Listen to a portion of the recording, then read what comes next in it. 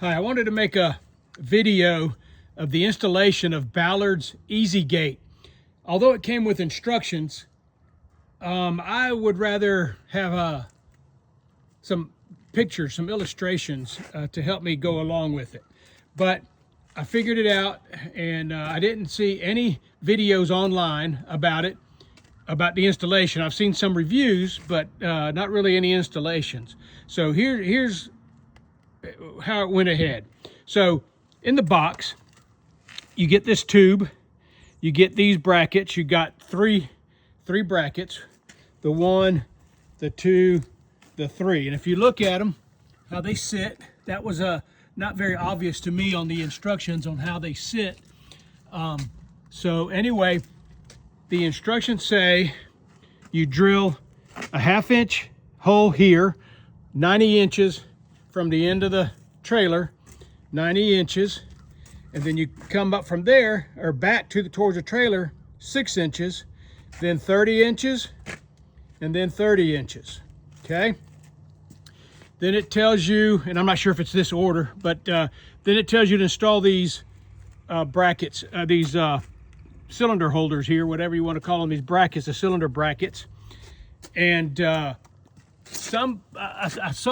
can see where some people would have a problem if their wheel well was anything other than this, if they were in the middle of, and there was some angle iron in the way. Saw one video that was pretty true on, and he had to go through the wheel well to do it again. But anyway, so put that in, tighten these up. I tightened them up, and then you sit the tube in the brackets.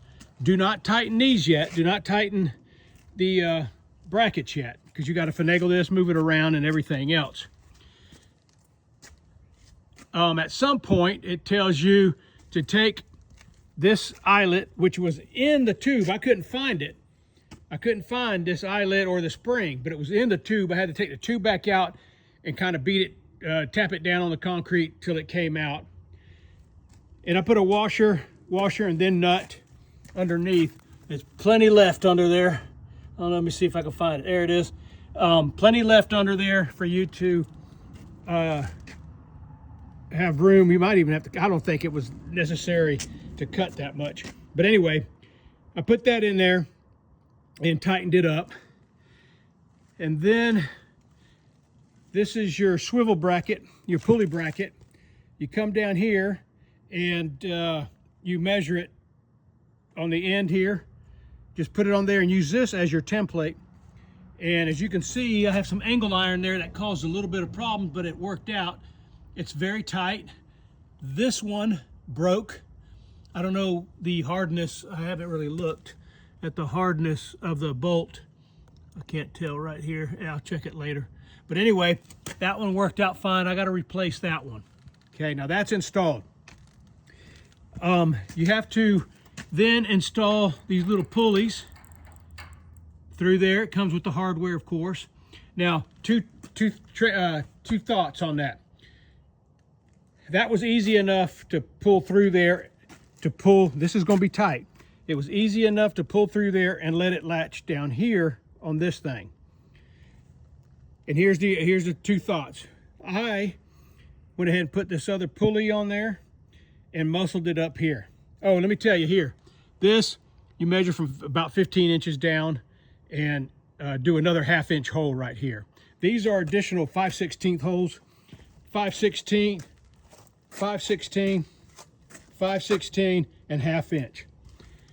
So 15 inches down. I wasn't sure if they meant from up here 15 inches down or from here 15 inches down. So I figured it didn't make a whole lot of difference. So I just did it from up here 15 inches down. And the reason why I figured it wouldn't make a whole lot of difference is because you can adjust this. This is a heavy mofo gate right there. Oh my God, it's heavy. So it's better, but it's still a little heavy. I know some other guys try to flip it up with their foot and everything, but that's not going to happen with this gate. But anyway, the other thought is if you can't lift this up and hook it on there,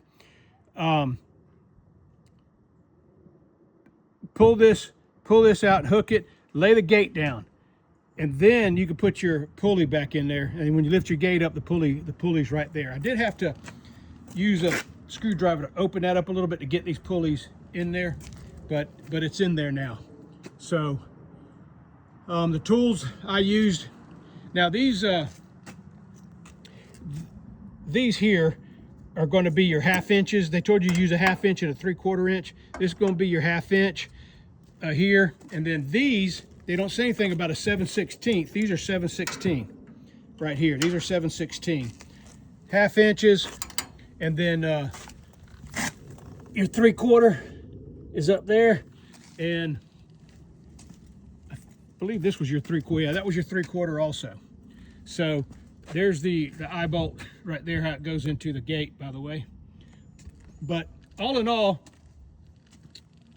having to stop and read the directions and look at it, figure it out, read again, and that kind of thing, it's not very difficult. So I thought this would help you out tremendously.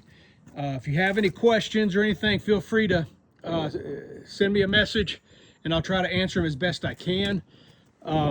Anyway, I used a 3/4 inch flathead screwdriver. I used another pair of pliers. I used these pliers to, I opened up these pliers, and I used them to squeeze that because it was a kind of a tight fit.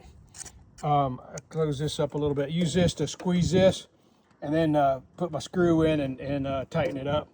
But I used 3/4 inch separate pair of pliers, 17/16, a 1/2 inch. I used a 1/2 inch socket on my drill to help screw some of that stuff. I used the extension with I used the extension, 1/4 inch extension with a long socket to reach down in there and tighten that up while I held the bottom nut with my wrench. Of course, tape measure, and I used a step down drill bit to measure, to drill my holes, and then I also used this impact to screw on some of these bolts and stuff like that. I did most of it by hand because I didn't want to break anything, which it broke, but it wasn't by the drill over there. It just snapped. I guess an awkward angle or something. But there you have it.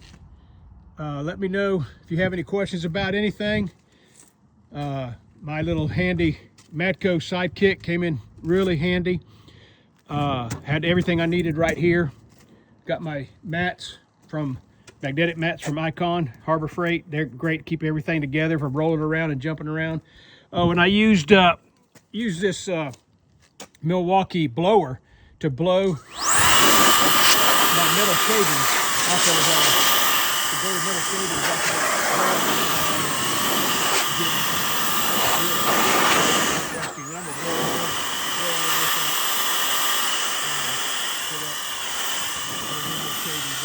But anyway, so Milwaukee, I don't know the model number or anything. It's a nice blower, has a nice light on it. Blow gun. Anyway, there it is. I don't know what the model is or anything. But if you have any questions, let me know. Like this video for me, and hopefully I'll make some more of this stuff. I have a Skag Jackal in there that I need to do a review on. So follow me for when that comes up. Thanks.